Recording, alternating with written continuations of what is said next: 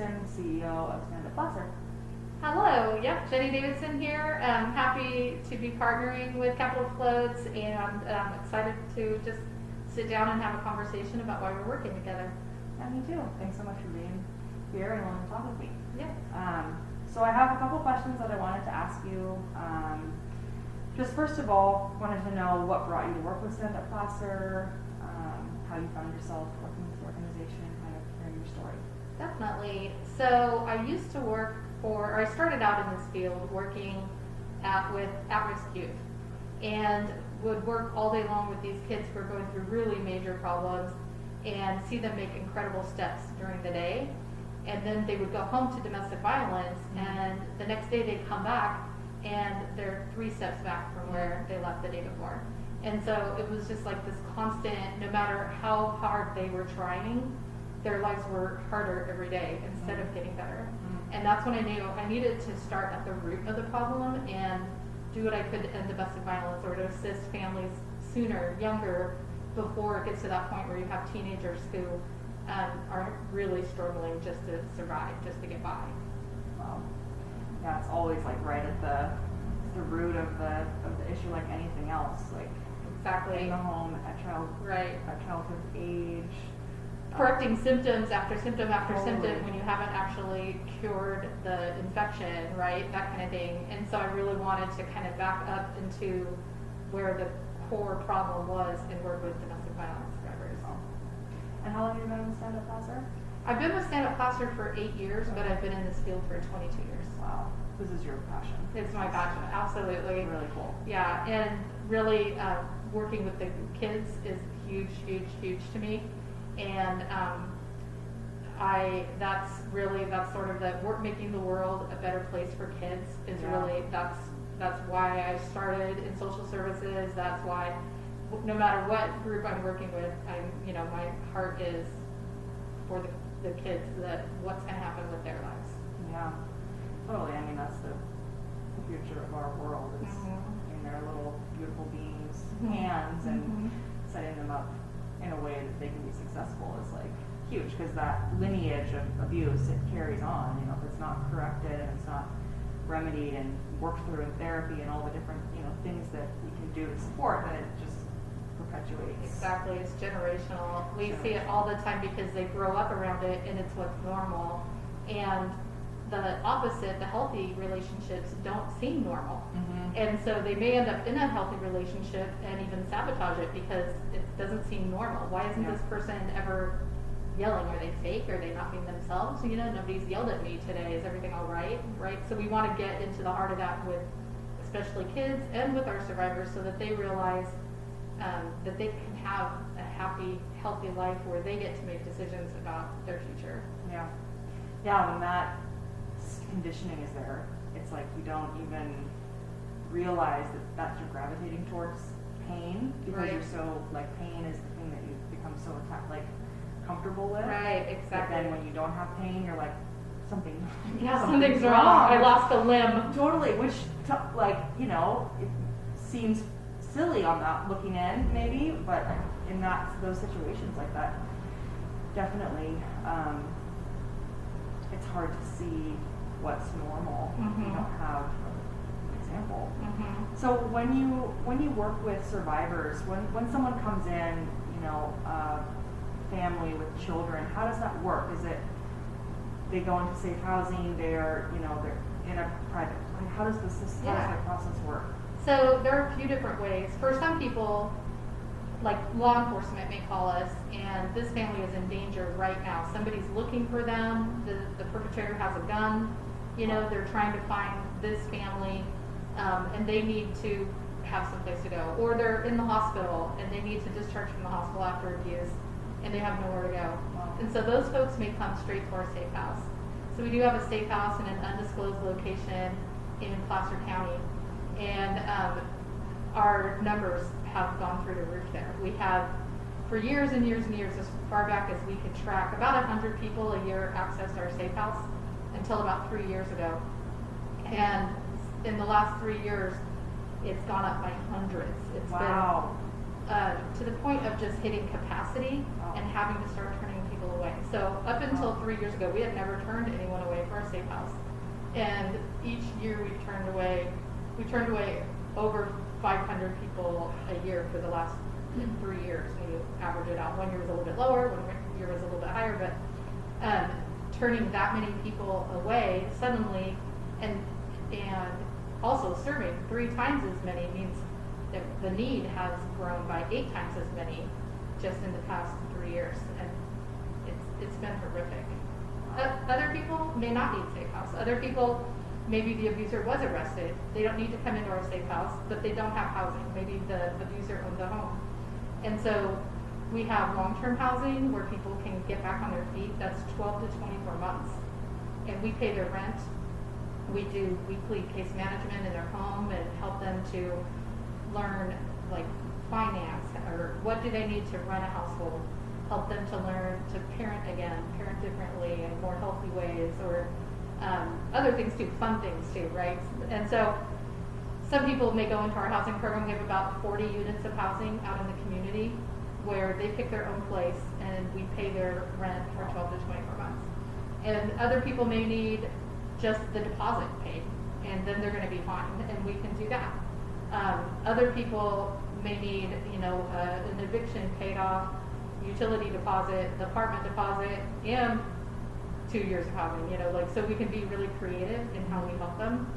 Other people may not need any housing at all. We have our service office in Roseville and a service office in Auburn, and some folks may need to just come in for therapy. They may need restraining order, custody help, or even divorce assistance. We have a full-time attorney and a paralegal who can help with all of those things. They may just need support groups, or I don't know if I already said therapy, but they may need just kind of some of that healing, someone to talk to, someone to walk through some of it with them, like come with them to the police station when they make their statement, come with them to court. We sit at the bedside of people in the hospitals while the hospital is doing an evidentiary exam, and we may sit with them all day long, all night long, and just so that there's not a point in this that they have to go through it alone. Yeah, amazing.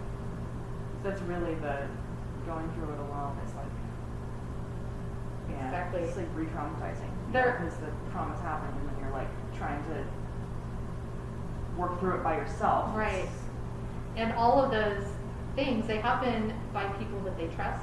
Yeah. And so that makes it even harder, because if this person you trusted with your life and you promised your life to turned against you, then how do you trust this advocate who says, I'm not going to hurt you, I'm here to help? Yeah. How do you trust the police are investigating the situation? How do you trust anybody? This person who promised to love you till the end didn't, right? So it can be really, really difficult, and we just do everything we can to remove barriers along the way. So, listening to survivors, they tell us things like, for years we were seeing this issue where a lot of people couldn't come into our safe house because they have pets. And they knew the abuser was abusing their pets. 71% of abusers will abuse pets as a way to control the victim. Wow. And we all know that. I have a puppy I love. I have 2 kittens I love. Everybody. Yeah. Anybody who follows me on Facebook knows I love my pets. Maybe too much. Yeah. Maybe a little bit too much. Yeah. But if somebody was hurting them, I would absolutely stop Do and anything do to anything make it that stop, yeah. Exactly. And so about 50% of our survivors said they stayed longer in a violent situation because they were afraid of what would happen to their pets if they tried to leave. Wow. So in 2018, we decided to make our safe house pet friendly, which is so awesome. Yeah, It's been amazing. And with some help from another nonprofit, Red Rover in Sacramento, helped us to learn what are the rules we would need, what are some special accommodations we would need, what kinds of things that, do we need. And until very recently, with the COVID, splashing its way down, until very recently, we had had a pet in our safe house every single night since the first night we accepted pets. Wow. And so it's obviously was a huge need. Totally. And the BBC actually came out and did a special Oh my on God. us about Wow. being pet friendly. So Wow. yeah, if you look up like Stand Up Class or Pet Friendly or something like that, there's like 20 million articles about it, about That's so becoming cool. Yeah, so we're so happy about that, and a lot of our survivors have said that the confidence they see in their pets now that they've come and their pets feel safe has given them even more confidence in themselves. If my dog feels safe even in this situation, then I can feel safe. And we worked it out with our insurance that we don't even have to keep people away with certain breeds. Any breed can come, and as long as they're not dangerous, if they've been trained to bite or anything like that, then we actually have a deal with the Roseville SPCA to take any animals that might not be super safe house pet friendly. Or if somebody had like a lot of animals in one family and we couldn't take them all in at once, then the SPCA will keep them there for 90 days in order to let the survivor come in and be safe. So it's just the community working together to remove barriers. As every time we see a barrier, we're like, okay, how can we get past it? And if we can't, who can we work with to get past it? Because we need to make sure these survivors are safe. Absolutely, and accessibility is everything. It's like if you can't access the service that you need, you're not going to go there. You're not going to do it. And God, I love the thing about pets. Pets are like, they're so therapeutic. Just to have an animal around you, and animals feed off of our energy. They can sense when things are wrong. They are intelligent, and when they have someone that they're close with, if it's your dog is going to know when I'm scared or when I'm happy or when I'm, whatever my emotional state is. And so what you said about like if the dog is feeling safe, then or the animal's feeling safe, then it's like an indication to the owner, okay, it's okay to let my guard down a little bit, it's okay to feel safe here, maybe okay to trust the people around me. And think about the kids too. So you have kids who've grown up with parents fighting brutally. A lot of times that pet, that Cocker Spaniel that comes into their room at night, that yellow lab, that whatever the pet is that you're thinking of, comes in, that 7-year-old who is terrified listening to their parents fight, they've become completely reliant on that pet as their security. And so being able to bring the pets in has made a world of difference for the kids as well. Huge. To be able to hold and be close to that in a new environment where it's like all of that chaos in a home and then being put into a facility that's there to help, but initially it's still scary. It's still a new place. Oh, absolutely. And I don't know how the setup is, but I can imagine there's a lot of people, a lot of energy happening in there, and in those environments, it can be hard to adjust, especially as a child that's grown up in a difficult, volatile home. Right, exactly. So how does it work with working with kids? Because I know that's what you love to do. So are there, I'm sure there's programs that you guys offer. How does that work? Yeah, so we work with the kids. We have a child advocate in our safe house who's full-time just working with the safe house kids. And then we have a child advocate who works with the kids in housing or the kids who may come through our service offices. And they both do a lot with the kids to try and help them overcome whatever barriers they may have. Sometimes it's just like, let's get them into a sport. Let's get them, maybe they don't have the shoes they need to join the sport they want to join, or they want a musical instrument, or are they caught up on their immunizations, or how do I parent my child who's been in trauma? And so we have 2 full-time people who their whole focus is only the kids. And then everybody around, we're all in it. Of course, you guys are like, we want to be with the kids. Yeah, is there a baby that needs to be held? Who needs to be held? Snuggled. Exactly. If I could walk away from a budget meeting to go and snuggle a 1-year-old, you know where I'm going to be. I'm sorry, childcare, gotta go. Totally. Yeah, and last year we had about 20 babies who discharged from the hospital to come straight into our safe house with their mothers. Wow. And so it's such a frequent thing. In the Women's Health magazine, I think in November 2017, I was in an article talking about the issue with the #1 cause of death for pregnant women is domestic violence. Wow. And so it's just such a huge... The #1 cause. Wow. Yeah, above you think like, could it be complicated, like bleeding, you think of all this kind of stuff. No, it's domestic violence. So yeah, we work really hard to make sure that the barriers for those folks are down. But of that's capacity, that's a problem. What can you do? So we do, sometimes we pay for hotels if that's the only thing we can do. And right now with COVID, we're having people get a clean COVID test before they come in, and We try to do what we can to try to keep everybody healthy and safe, and it's just an unusual time for that, Yeah. but we're Yeah. just doing everything we can. So when you're at capacity in your facility, does that mean, like, are you guys thinking about expanding, creating like a second? What is, Mhm. is that on the radar? We're thinking about it. It is on the radar. I would say, like, keep posted, keep your ear out. It's nothing we're ready to announce, but we're definitely in negotiations around a few things in order to look at the potential of an expansion, because it would need to be 3 times the size that it is right now. Wow. And right now we have 55 beds, and it Wow. needs to be at least 3 times that size to just meet the current need. That's not Wow. even anticipating the need that we could have in the future. Wow. What we may need 5 years from now, we have no idea. Yeah. Wow. Just think about generationally how in the past 3 years you've seen such an uptick in survivors needing a safe place to be, and I think about, as a society, the work we have to do in healing.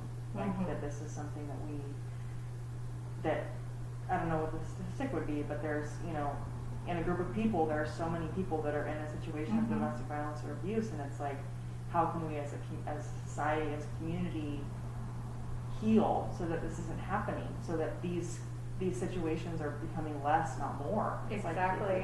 Like it's And it's everywhere though. So, like, 1 in 4 women, 1 in 7 men are victims of severe domestic violence. The numbers are in that range too, with people who are in same-sex relationships Mhm. or non-binary folks. We Mhm. see about those numbers, and we work with people of all genders Mhm. for all of our services. Everybody's eligible, but how do we heal? How do we change it? It's in our media. It's in, like, every joke. If you listen to comedians, a certain percentage are all going to be rape jokes. Mhm. They're going to be human trafficking jokes. They're Mhm. going to be,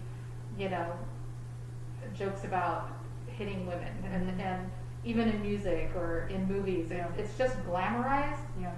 Especially human trafficking is glamorized so much, like it's this, fast lifestyle, and like the traffickers, the pimps, like they're just, they're all that. There's even TV shows, Pimp My Ride or Mhm. Pimp My, whatever, and it's like we're glorifying literally the worst human beings Yeah. who are out there, right? Yeah. And so it's been, if I could work myself out of needing a job, like I always think, Yeah. okay, what else can we do at this steakhouse now that we've cured violence, right? Like Yeah. maybe it's a retreat for, Yeah. just to go and relax, and it's a beautiful, beautiful steakhouse. So I think about that often. How can we use this once we've stopped the problem? But Absolutely. the problem is so huge. It is. It's here. Yeah. Yeah, I mean, I think about, like, a facility like a float center and my intentions of bringing this into the community, and what I see this as a tool of self-reflection, of connecting to your inner voice, of shutting out the outside world, being quiet enough to be able to hear your own innate wisdom. Mm-hmm. And it's like, in a traumatic, like in a household of violence, it's noise all the time, and so you Mhm. don't have the ability to tap into your inner voice and hear your inner wisdom. And I really believe that we're our own best healers. Mhm. What we know is what's going to make the difference for us, but oftentimes we need people that are going to guide us there and show us the way and let us learn to trust. Because if we don't trust ourselves, there's no way we can trust anybody else. Mhm. And when there's psychological warfare happening, it's like that trust gets completely broken down. There's no way you can't trust yourself if the people around you are not only untrustworthy, but are like constantly saying that you can't trust yourself. Right. Your needs are not needs. They're not Right. important. And that's true with domestic violence, sexual assault, human trafficking. The first thing those perpetrators will do is break down your self-esteem, Mm-hmm. and then convince you that the only value you have in the world is the value that you give to that person. And so if you're a human trafficking victim, your only value is the money you raised for your trafficker. Wow. And you literally begin to believe that that's the only value that you have. And in domestic violence, the only value you have is what this perpetrator, to be their sort of punching bag, right? Mm-hmm. And I think that's kind of an unusual thing that we've seen with the pets as well. is that a lot of times folks are leaving those violent situations to protect their pet because the abuser has convinced the victim that they have no value, but the victim still sees that their pet has value. Yeah. And so they're there to rescue the animal, not themselves. Yeah. And so it's heart-wrenching, but it's the case. And so I'm so glad that we made that change. So how would, if you have if I have a friend that I have a suspicion that maybe something is going on, what would you counsel as a friend to say to that person? How would you have a conversation that would allow them to feel safe and to open up and to maybe be able to help? I would say there's probably every situation is so different from another. We have a crisis line, which is 1-800-575-5352. I would recommend that people call and just say, hey, I have a friend who is experiencing this. Do you know how I can help them? And they can even help you because like the words you might use for somebody who is not allowed to see family and friends and not allowed to, go to school or get a job or live their life the way they want might be really different than the advice we'd give somebody who has a friend who is, showing up at their house every day with a new mark on their face or, so I would think it's probably different for every situation, but I would encourage anybody can call that line. It doesn't have to be the survivor. Now, of course, if you called and said you had a friend who was going through this, we couldn't say to you, oh, we know exactly who you're talking about. Everything that comes to us is very confidential. Yeah. And we couldn't say, oh, bring them in. We know for sure we can help them. They have to be the one to request the services, but we could help you with information that you could share with them so that they know. So a lot of times people have the same reasons for not leaving. They don't think that they can afford to live on their own. And we have ways to help with that. Like we talked earlier about the housing. Or they don't think they could afford an attorney. Well, we have a full-time attorney. Or they don't think that whatever the thing is that's they think that the perpetrator could find them immediately. We have a safe house. And so a lot of the reasons, if they don't know that a group like us exists, a lot of the reasons that they have for not getting help are really realistic. Yeah. Like if I didn't think I could get to a safe place, totally. I wouldn't leave. Yeah. I don't have a guarantee I could be safe. Exactly. Absolutely. Exactly. And so just giving them even the information about who we are and what we do. And we have an online chat too, so anybody who goes to standupfoster.org, there's an online chat and they could just chat with someone. It's all anonymous. We have no idea who you are. And we can chat with folks and give them input, give them advice, tell them, what are some important things if they do choose to leave that they need to bring with them, and how do they safety plan around leaving? Because I would definitely say like not in the middle of a great big huge fight, that could blow up even worse. Maybe that's a good time to call 911 if they're able, but probably they call the 800 number. They can help with the safety plan and what coaching. they need. Because as a concerned friend, I don't have anyone in my life that's in a situation like this, but I can imagine like if you have someone in your life that you're like this, there's something wrong.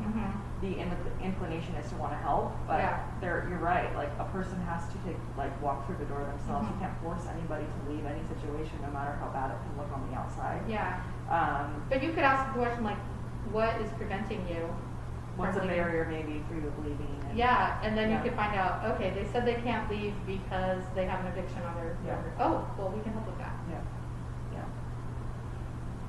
Amazing. I mean, the amount of services that Stand Up Foster offers is like you said, removing barriers. It's like there's a solution available. Right. You just have to keep kind of like digging in and talking about it. We've grown so much over the last 4 years, and just the problem has grown. So 4 years ago, we provided about 37,000 services to the community, to victims in our community. And in 2019, we provided over 113,000 services. Wow. So to go from 37,000 to 113 in only 4 years, for an agency that's been around for 42 years, to jump that high that quickly. And a lot of the violence is, it's so much worse than we saw in the past. People leaving the hospital to come straight to us, and just last October, there were 5 domestic violence murders in Foster County, and we're looking at October because that's Domestic Violence Awareness Month, but to think that right here in our community, in just 1 month, in Domestic Violence Awareness Month, to have 5 murders, Wow. it's just tragic, yeah. So the funds that Stand Up Placer has, you're a nonprofit. Mm-hmm. So how are you funded? How does that work? We are mostly grant funded by Okay. the state and federal government with Victims of Crime Act funding. So when people have to pay into, like if they have to pay restitution for a crime, that money gets divided up, and so we get a portion of that. And the Violence Against Women Act funding. And so that's a lot of it. And then HUD, we're funded through HUD for some of our housing dollars. And so that's most of it. We really, but the problem with some of that funding is it's extremely specific. So like we can pay to staff our safe house. We can pay to give somebody therapy, right? We have a huge therapy team, so that's incredible. We can pay to give them legal advice and to go to court with them. But if you have a sexual assault victim who needs their locks replaced and they need a new bed and you know, all these things that happen because of the assault, none of that's in our grant, right? So anything like that has to come from just private donors who have donated to the agency. And so that number unfortunately hasn't grown with the amount of services that have grown. And so that is like super thankful to you guys for this fundraiser, but all, you know, no matter what, that's always, you know, one of our biggest needs is unrestricted funding, because, you know, we still need to keep the lights on for those survivors while they're getting assistance, right? And we need to pay our grant writer to write the grants, you know, to get the funding to be able to serve the clients. So it's really difficult to do that without a lot of private funding. And I want to say we only have about 10% of all of our overall funding that is private. Most of it's grants. Wow. Really hard. We have one survivor who their perpetrator kept stealing their car because they have the key fob. And so we were able to pay to reprogram the car and get a different key fob code, or I don't know how that works. Yeah, totally. But that, you know, things like that have to just come out of general fund because none of that is grant fundable. Just like the littlest, everyone's so unique. Every situation is so unique. It's like that littlest thing, like that saves a person's life and safety. Just that key fob, like gives them the confidence to be able to go drive their car and be able to live their life without the fear of having their car stolen or being like to go to school, to have a job, to that small little thing like can change a person's life. Like that's exactly. Incredible. What do you guys are you like volunteerism? Like how does that work? If someone wanted to volunteer, is there a need for that? How does that work? We beg for volunteers. Volunteers are how we even do anything. We couldn't do what we do if we didn't have a volunteer force. And so there are a couple of different ways that people volunteer.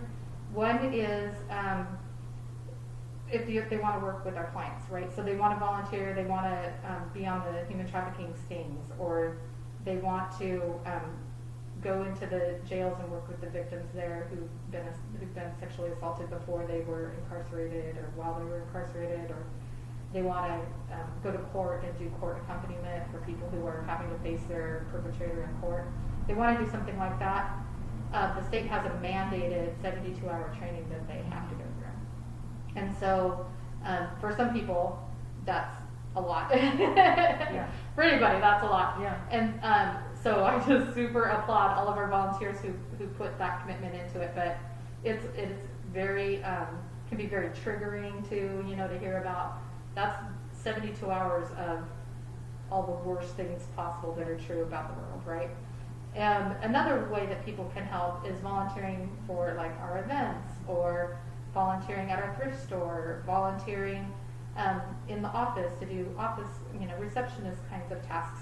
And there's just on-the-job training for things like that. They just show up, we show them, how to do this or that. And probably our biggest need is the thrift store, because we have a really fantastic thrift store in Douglas, in Roseville, next to Ross. And we all of our survivors can shop for free, so they're getting back on their feet. Maybe they escaped without a wardrobe, they don't have a couch, they need dishes. They can all go there and shop for free.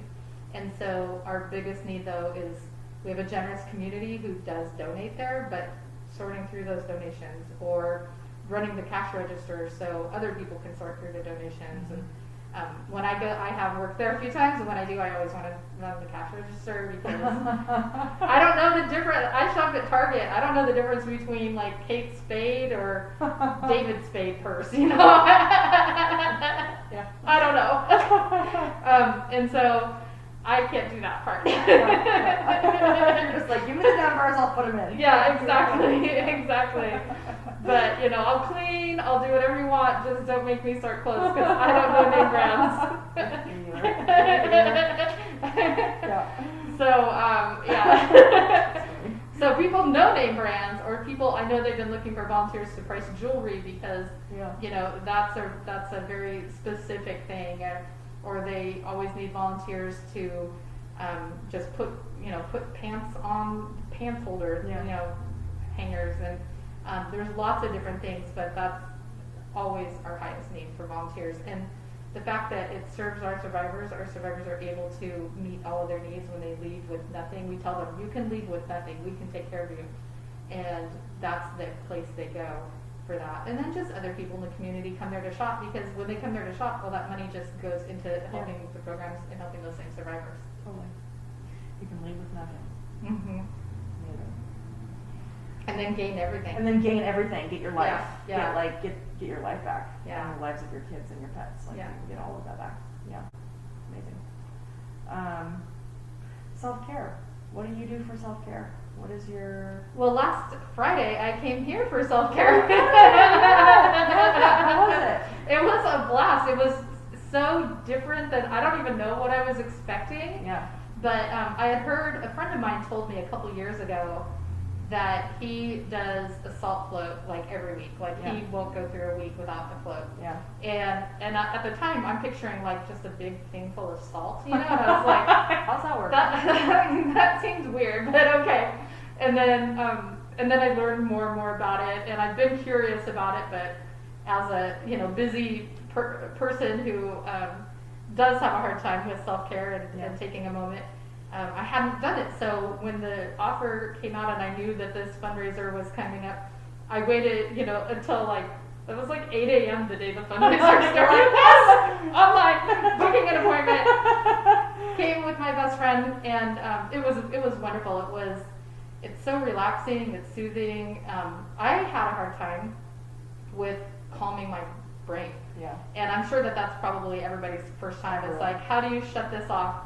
And I'm thinking through traumatic stories I've heard recently about situations with our survivors, or I'm thinking about this employee who I know is having a hard time and they're going through something at home, and how can I help them with that? Or I'm thinking about the budget, and how are we going to make this one thing happen that we really want to do, or going through all that. And then I think, nope, I'm supposed to be doing self-care. And so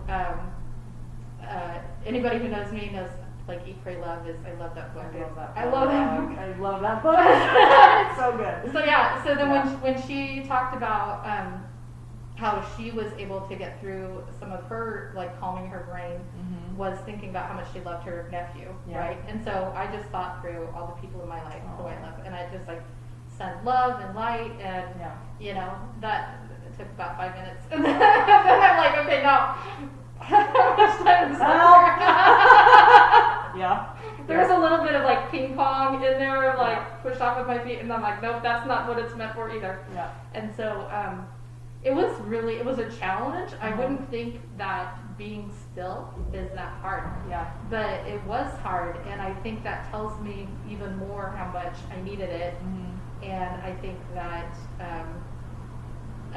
that it's a great opportunity for folks who in the real world. So I did that once. Usually it's game night with my kids. I have all adult kids, and we have every game. We play a lot of card games or board games, or we have one of my sons always cheats. So we all agree that no matter who won, like if he's the one that wins, we still play for second place because that's the real winner. Because we all know that he's cheating. Yeah.